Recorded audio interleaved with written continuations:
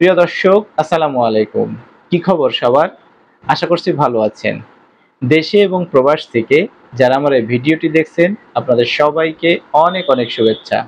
আমি ডাক্তার মোহাম্মদ ইব্রাহিম খলিল, স্বাস্থ্য বিষয়ক আজকের এই পর্বে আপনাদের সামনে উপস্থিত হয়েছি। কথা বলবো অত্যন্ত গুরুত্বপূর্ণ একটি বিষয় নিয়ে, সেটি হচ্ছে পুরুষদের পেনিস লম্বা এবং মোটা করার অত্যন্ত কার্যকরী হোমিওপ্যাথিক ঔষধ সম্পর্কে।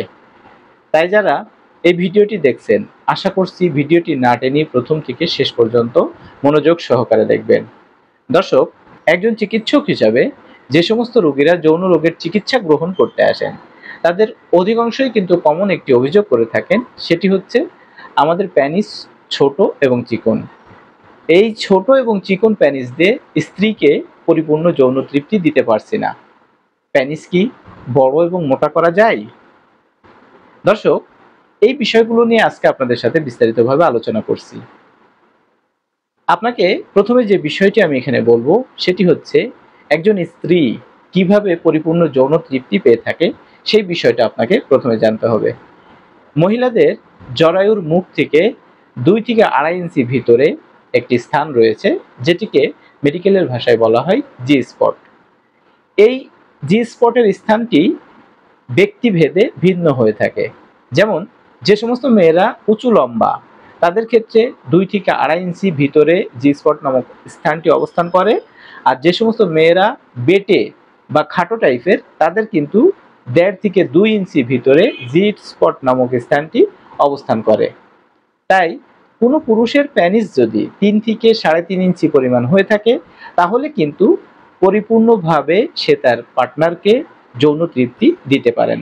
অনেকেই মনে করে থাকেন প্যানিস যদি লম্বা এবং মোটা হয়ে থাকে, তাহলে হয়তোবা স্ত্রীকে বেশি যৌন তৃপ্তি দেওয়া সম্ভব হবে। মূলত বিষয়টি কিন্তু তেমন নয়। মূল বিষয়টি হচ্ছে আপনি সহবাসের সময় আপনার স্ত্রীকে কতটা উত্তেজিত করে যৌন সম্পর্ক স্থাপন করছেন। সহবাসের সময় আপনি কত সময় ধরে আপনার স্ত্রীর সাথে যৌন সম্পর্ক স্থাপন করছেন, সেই বিষয়গুলো কিন্তু সবচেয়ে বেশি গুরুত্বপূর্ণ। পেনিসের আকার এবং আকৃতি খুব বেশি গুরুত্বপূর্ণ ভূমিকা রাখে না। রোগীরা কমন যে অভিযোগটি করে থাকেন সেটি হচ্ছে আমাদের পেনিস আগে বড় ছিল, মোটা ছিল, এখন দিন দিন কেন ছোট হয়ে যাচ্ছে। দর্শক, পুরুষদের পেনিস ছোট এবং চিকন হয়ে যাওয়ার কিন্তু অনেকগুলো কারণ থাকতে পারে। তার ভিতরে আমি প্রথম যে কারণটি নিয়ে আলোচনা করব সেটি হচ্ছে অতিরিক্ত ধাতু ক্ষয়। এই অতিরিক্ত বীর্য ক্ষয়টা কিন্তু বিভিন্নভাবে হতে পারে। যেমন আমার বাস্তব অভিজ্ঞতায় এমন অনেক রোগী পেয়েছি যারা বলে যে 2 রানের পায়ের চিপায় প্যানিস চাপ দিয়ে বীর্যপাত ঘটান। কেউ কেউ বলে থাকেন বিছানার সাথে ঘর্ষণ করে বীর্যপাত ঘটান। আবার কেউ কেউ হাত দ্বারা মৈথুন করেও কিন্তু বীর্যপাত ঘটিয়ে থাকেন। অনেকের ক্ষেত্রে দীর্ঘদিন যাবৎ স্বপ্নদোষ হতে থাকে। আবার কারো কারো ক্ষেত্রে দেখা যায় যে প্রস্রাব বা পায়খানায় দীর্ঘদিন যাবৎ ধাতু ক্ষয় হচ্ছে। এই যে কোনোভাবে কোনো পুরুষের যদি এরকম লম্বা সময় ধরে বীর্যপাত হয়ে থাকে, বীর্যপাত ঘটিয়ে থাকে, তাহলে কিন্তু তার প্যানিসের আকার বা আকৃতি পরিবর্তন আসতে পারে। প্যানিস ছোট হয়ে যেতে পারে, চিকন হয়ে যেতে পারে। দর্শক, এখানে একটি কথা আপনাকে বলে রাখি, যেহেতু প্যানিসে কোনো হাড় নাই, সম্পূর্ণ শিরা দ্বারা গঠিত, তাই কোনোভাবে চাপ প্রয়োগ করে কিংবা ঘর্ষণের মাধ্যমে যদি বীর্যপাত ঘটানো হয়, তাহলে প্যানিসের যে রগগুলো রয়েছে, শিরাগুলো রয়েছে, সেগুলো কিন্তু লুজ হয়ে যায়। এবং দীর্ঘদিন যাবৎ এ জাতীয় অভ্যাস থাকলে, এ জাতীয় কর্মকাণ্ড চলতে থাকলে, তখন কিন্তু প্যানিসটা আস্তে আস্তে ছোট হয়ে যেতে থাকে, প্যানিসের মাংসপেশিগুলা শুকিয়ে যেতে থাকে। এখন আসা যাক, তারপরে রোগীদের ভিতরে যে প্রশ্নটি থাকে, প্যানিস কি আসলেই মোটা করা যায়, প্যানিস কি আসলেই বড় করা যায়? এখানে আপনাকে আমি পরিষ্কারভাবে একটি কথা বলে রাখি, যে সমস্ত পুরুষরা যৌবনপ্রাপ্ত হওয়ার পর থেকেই প্যানিসের আকার ছোট, যাদের বংশগতভাবে লিঙ্গের আকার ছোট বা চিকন, তাদের ক্ষেত্রে ঔষধ সেবনের মাধ্যমে খুব বেশি রেজাল্ট পাওয়া সম্ভব নাও হতে পারে। কিন্তু যে সমস্ত রোগীরা বলছেন যে আমাদের প্যানিস আগে বড় ছিল, মোটা ছিল, বিভিন্ন কারণে এখন দিন দিন ছোট হয়ে যাচ্ছে, সেই সমস্ত রোগীদেরকে আমি সম্পূর্ণ আশ্বস্ত করে বলছি, আপনাদের এই জাতীয় সমস্যার ক্ষেত্রে শতভাগ কার্যকরী হোমিওপ্যাথিক ঔষধ রয়েছে। আপনি আপনার এই জাতীয় সমস্যায় একজন অভিজ্ঞ রেজিস্টার্ড হোমিওপ্যাথিক ডাক্তারের পরামর্শে আপনার চিকিৎসা পরিচালনা করলে আশা করা যায় আপনি আপনার কাঙ্ক্ষিত ফলাফল পেয়ে যাবেন। আধুনিক চিকিৎসা মতে বিভিন্ন ধরনের থেরাপি কিংবা সার্জারির মাধ্যমেও কিন্তু পেনিস বড় এবং মোটা করা যায়, কিন্তু অপারেশন এর মাধ্যমে পেনিস বড় এবং মোটা করার পরবর্তীতে অনেকের ক্ষেত্রে যে সমস্যাটি লক্ষ্য করা যায় সেটি হচ্ছে ইরেকটাইল ডিসফাংশন বা পেনিসের উত্থানজনিত সমস্যা দেখা দিচ্ছে, ইম্পটেন্সি বা ধ্বজভঙ্গের মতো সমস্যা দেখা দিচ্ছে। আবার কারো কারো ক্ষেত্রে কিন্তু পেনিসে ইনফেকশনের মতো সমস্যাও লক্ষ্য করা যাচ্ছে। সেজন্যই আমরা এই সমস্ত থেরাপি এবং সার্জারির মাধ্যমে চিকিৎসা নেওয়াকে নিরাপদ মনে করি না। আমি সেই সমস্ত রোগীদের ক্ষেত্রে পরামর্শ দিয়ে থাকি আপনারা এ জাতীয় চিকিৎসা গ্রহণ না করে আপনি হোমিওপ্যাথিক চিকিৎসা গ্রহণ করুন। এই জাতীয় সমস্যার ক্ষেত্রে হোমিওপ্যাথিতে শতভাগ কার্যকারী ঔষধ রয়েছে। আপনি আপনার এ জাতীয় সমস্যায় হোমিওপ্যাথিক চিকিৎসা গ্রহণ করুন। এ জাতীয় সমস্যার ক্ষেত্রে আজকের এই ভিডিওতে আমি মাত্র 3টি ঔষধের কথা আলোচনা করব। আপনার যদি পেনিস ছোট এবং চিকন হয়ে থাকে আপনি আমার দেখানো নিয়মে এই 3টি ঔষধ সেবন করুন। ইনশাআল্লাহ আমি কথা দিয়ে বলছি আপনাকে হতাশ হওয়ার প্রয়োজন হবে না, আপনি অনেক বেশি উপকৃত হবেন। এই জাতীয় সমস্যার ক্ষেত্রে প্রথম যে ওষুধটি নিয়ে আমি আলোচনা করছি সেটি হচ্ছে লাইকোপোডিয়াম 1M। লাইকোপোডিয়াম 1000 পাওয়ারের এই ওষুধটি পুরুষদের পেনিস লম্বা এবং মোটা করতে খুবই কার্যকরী। আপনাকে এই 1000 পাওয়ার ওষুধটি যত কম পরিমাণ পারেন সেটা 5 ml হোক, অরিজিনাল জার্মানি কিনে নেবেন। তারপরে সেখান থেকে 5 ফোঁটা করে ঔষধ পরপর 3 থেকে 5 দিন সকালে আধা গ্লাস পানির সাথে মিশিয়ে খাওয়ার 1 থেকে 2 ঘন্টা আগে সেবন করবেন। লাইকোপোডিয়াম 1M ঔষধটি যেহেতু গভীর ক্রিয়াশীল ঔষধ, আপনি 3 থেকে 5 দিন সেবন করে মিনিমাম 1 মাস পর্যন্ত অপেক্ষা করবেন।